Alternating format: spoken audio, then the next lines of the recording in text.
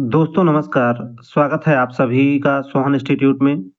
आप सभी GK GS की प्रैक्टिस जो है लगातार देख रहे हैं इंस्टीट्यूट पर और यह प्रैक्टिस देखिए यूपी सुपर टेट प्राथमिक स्तर, जूनियर सुपर टेट और टीजीटी, पीजीटी इन सभी परीक्षाओं के लिए बहुत ही उपयोगी प्रैक्टिस है। तो आइए बिना देर किए हुए आज की क्लास को हम लोग शुरू करेंगे। भारतीय संविधान कब लागू हुआ? 26 जनवरी 1949 को। बी में दिया है 15 अगस्त 1947 को और ऑप्शन सी में दिया है 26 जनवरी 1950 और डी विकल्प कह रहा है 26 नवंबर 1949।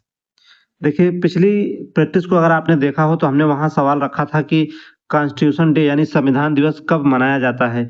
यहाँ हमने देखिए सवाल रखा है कि भारतीय संविधान जो है लागू कब हुआ था। तो देखिए आसान प्रश्न है आपके लिए। 26 नवंबर 1949 को हमारा संविधान जो है अंगीकृत किया गया था। अंगीकृत किया गया था और लागू कब हुआ था? 26 जनवरी 1950 को जो है लागू किया गया था। उत्तर आपका यहाँ सही हो जाएगा, ऑप्शन नंबर सी। अगले सवाल पर चलेंगे। भारतीय संविधान सभा के अस्थायी अध्यक्ष जो है कौन थे? डॉक्टर राजेंद्र प्रसाद, जवाहरलाल नेहरू, भीमराव अंबेडकर या फिर सरदार पटेल? देखिए भारतीय संविधान सभा के अस्थायी अध्यक्ष थे डॉक्टर राजेंद्र प्रसाद और उस समय जो है अस्थायी अध्यक्ष कौन था? तो डॉक्टर सच्चिदानंद सिन्हा। तो देखिए अस्थायी अध्यक्ष कौन थे? तो डॉक्टर राजेंद्र प्रसाद।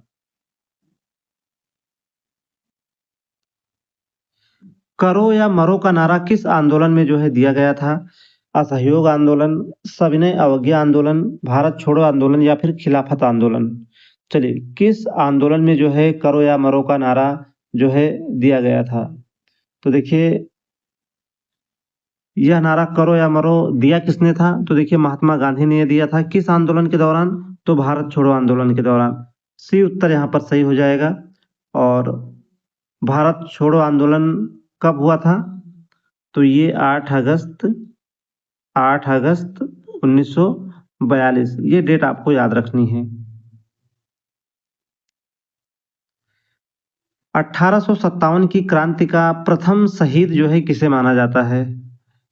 चलिए 1857 की क्रांति का प्रथम शहीद जो है किसे माना जाता है? मंगल पांडे को, रानी लक्ष्मीबाई को, तात्या टोपे को या फिर बहादुर शाह जफर को? देखिए 1857 की क्रांति का जो है प्रथम शहीद माना जाता है मंगल पांडे को। उत्तर आपका सही हो जाएगा यहाँ पर मंगल पांडे। और मंगल पांडे ने देखिए 29 मार्च 1857 को बैरकपुर छावनी में जो है अंग्रेजों के विरुद्ध जो है विद्रोह किया। इन्होंने विद्रोह कब किया?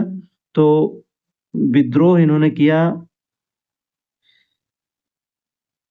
29 मार्च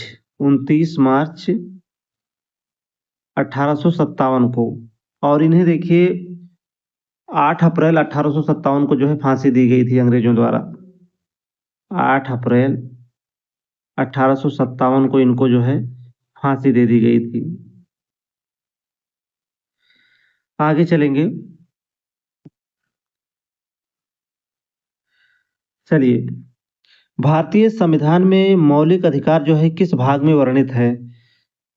ऑप्शन ए में दिया है भाग 2 में, बी में दिया है भाग 3 में, ऑप्शन सी कह रहा है भाग 4 में और डी कह रहा है भाग 5 में।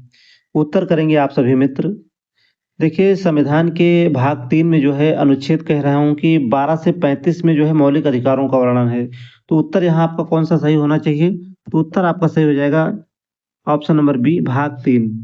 देखिए भाग 3 में जो है संविधान में मौलिक अधिकारों का जो है वर्णन किया गया है। और अनुच्छेद आपको अगर पूछे इसमें तो अनुच्छेद देखिए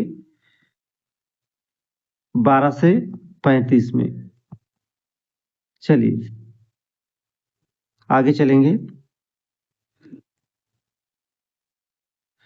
राज्य के नीति निर्देशक तत्व किस देश के संविधान से लिए गए हैं? अमेरिका से, आयरलैंड से, कनाडा से या फिर फ्रांस से? चलिए राज्य के नीति निर्देशक तत्व जो है किस देश के संविधान से लिए गए हैं?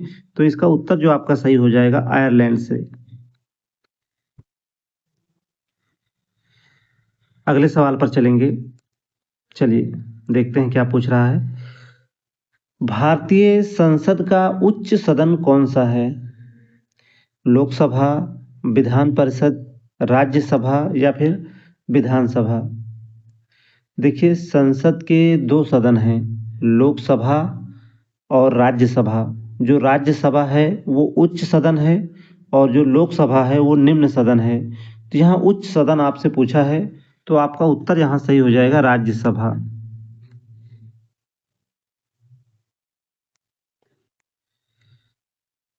86वां संविधान संशोधन किससे संबंधित है? चलिए, आपसे पूछ रहा है कि 86वां संविधान संशोधन जो है किससे संबंधित है? 4 ऑप्शन आपको दिख रहे हैं, मतदान आयु से, शिक्षा का अधिकार से, पंचायत व्यवस्था से या फिर जीएसटी से। देखिए, 86वां जो संविधान संशोधन है वो 2002 में किया गया था। कब किया गया था? 2002 में। और अनुच्छेद 21 ए जो है जोड़ा गया था, जिसके तहत 6 से 14 वर्ष के बच्चों को निःशुल्क एवं अनिवार्य शिक्षा का जो है अधिकार मिला था। तो कौन सा विकल्प यहाँ सही हो जाएगा? शिक्षा का अधिकार। चलिए, 86वां संविधान संशोधन किससे संबंधित है? तो शिक्षा के अधिकार से।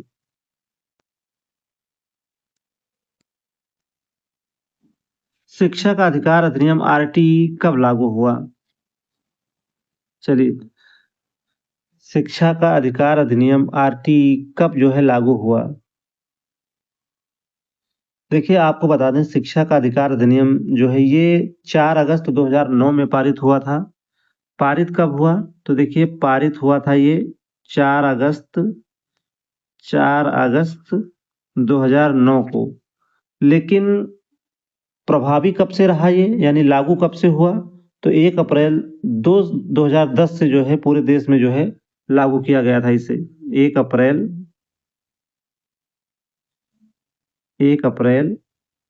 2010 से जो है पूरे भारत में जो है प्रभावी रहा था। तो यहाँ जो आपका उत्तर सही होगा वह सही हो जाएगा 2010। आपसे पूछा था कि शिक्षा का अधिकार अधिनियम कब लागू हुआ? तो लागू हुआ देखिए 1 अप्रैल 2010 में। और पारित कब हुआ था? 4 अगस्त 2009। तो ये डेट आप याद रखेंगे।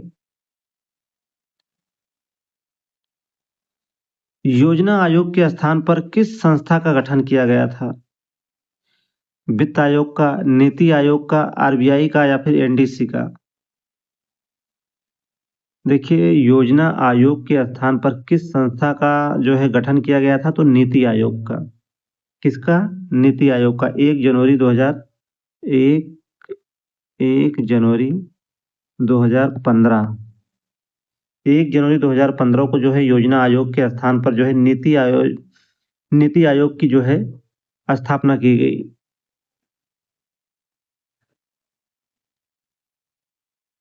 भारत की सबसे लंबी नदी कौन सी है? यमुना नदी, गोदावरी नदी, गंगा या फिर ब्रह्मपुत्र नदी? देखिए, भारत की जो सबसे लंबी नदी है वह है गंगा नदी, जिसकी लंबाई देखिए भारत में 2525 किलोमीटर है। कितनी है? 2525 किलोमीटर। भारत का सर्वाधिक जनसंख्या वाला राज्य जो है कौन सा है? चलिए, भारत का सर्वाधिक जनसंख्या वाला राज्य कौन सा है? महाराष्ट्र, बिहार, उत्तर प्रदेश, पश्चिम बंगाल? चलिए, देखिए, 2011 की जनगणना के अनुसार जो है भारत की सर्वाधिक जनसंख्या वाला राज्य कौन सा है? तो आसान प्रश्न है आपके लिए, उत्तर प्रदेश जो है इसका सही उत्तर होगा यहाँ पर।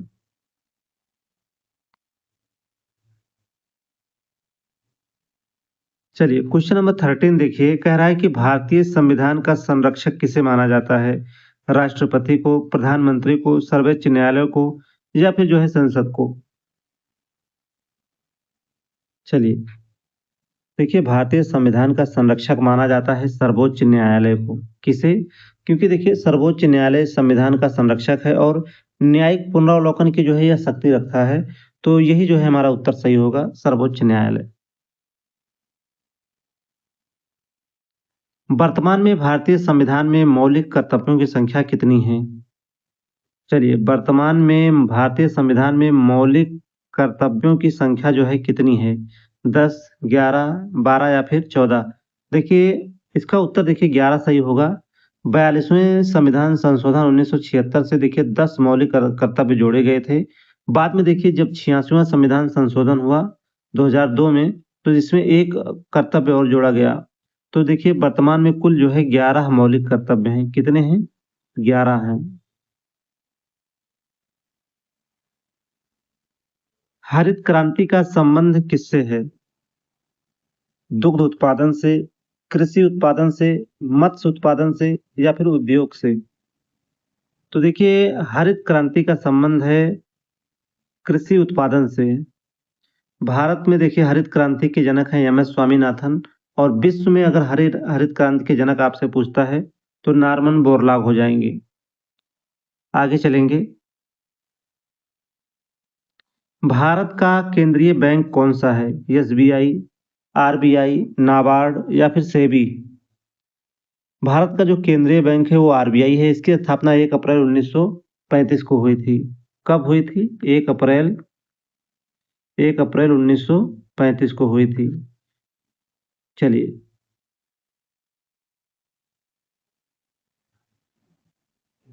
भारत का सबसे बड़ा पठार कौन सा है?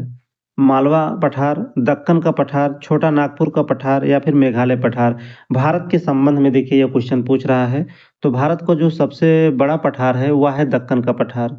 भारत का सबसे बड़ा पठारी क्षेत्र है जो दक्षिण भारत के जो है बड़े भाग में जो है फैला हुआ है। चलिए, बी उत्तर सही हो जाएगा, दक्कन का पठार। भारतीय राष्ट्रीय कांग्रेस की स्थापना कब हुई? भारतीय राष्ट्रीय कांग्रेस की स्थापना कब हुई? 1885, 1887, 1905 या फिर 1919 में? तो देखिए भारतीय राष्ट्रीय कांग्रेस की स्थापना कब हुई? तो 1885 में। और इसके संस्थापक कौन थे? Sir A.O.. ह्यूम। और उसके बाद देखिए इसके जो पहले अध्यक्ष थे वो कौन थे? तो डब्ल्यू.सी. बनर्जी थे। चलिए, इसके पहले अध्यक्ष कौन थे? डब्ल्यू.सी. बनर्जी। और संस्थापक कौन था? संस्थापक कौन था? तो संस्थापक थे ए.ओ. ह्यूम। चलिए, ये अध्यक्ष थे, प्रथम अध्यक्ष थे ये।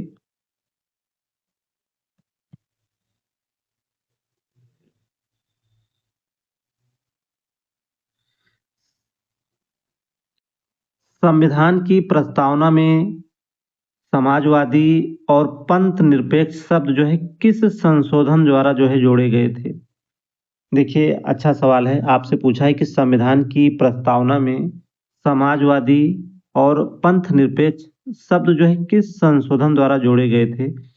पहला ऑप्शन कह रहा है 42वां संविधान संशोधन, बी कह रहा है 44वां संविधान संशोधन, सी कह रहा है 52वां संविधान संशोधन और डी कह रहा है 61वां संविधान संशोधन। देखिए,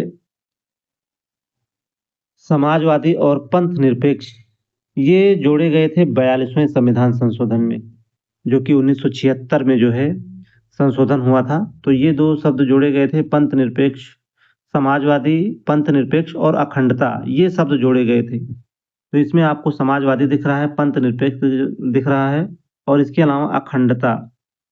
कौन सा शब्द जुड़ा था? अखंडता। ये शब्द जुड़े थे कब? 42वें संविधान संशोधन में।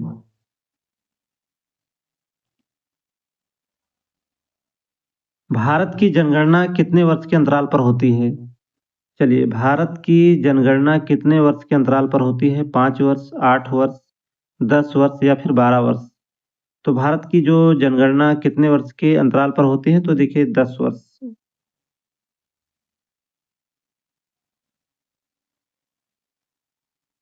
चलिए, सेशन कैसा रहा आप लोग कमेंट करके ज़रूर बताएं। और देखिए आप लोग क्लास को भी ज़्यादा से ज़्यादा अपने दोस्तों में शेयर करें। और देखिए अगर आप पहली बार आए हैं चैनल पर तो चैनल को सब्सक्राइब करके बेल आइकन आप लोग ज़रूर दबाएं, जिससे कि आपको प्रत्येक क्लास का जो है नोटिफिकेशन समय पर मिलता रहे। धन्यवाद।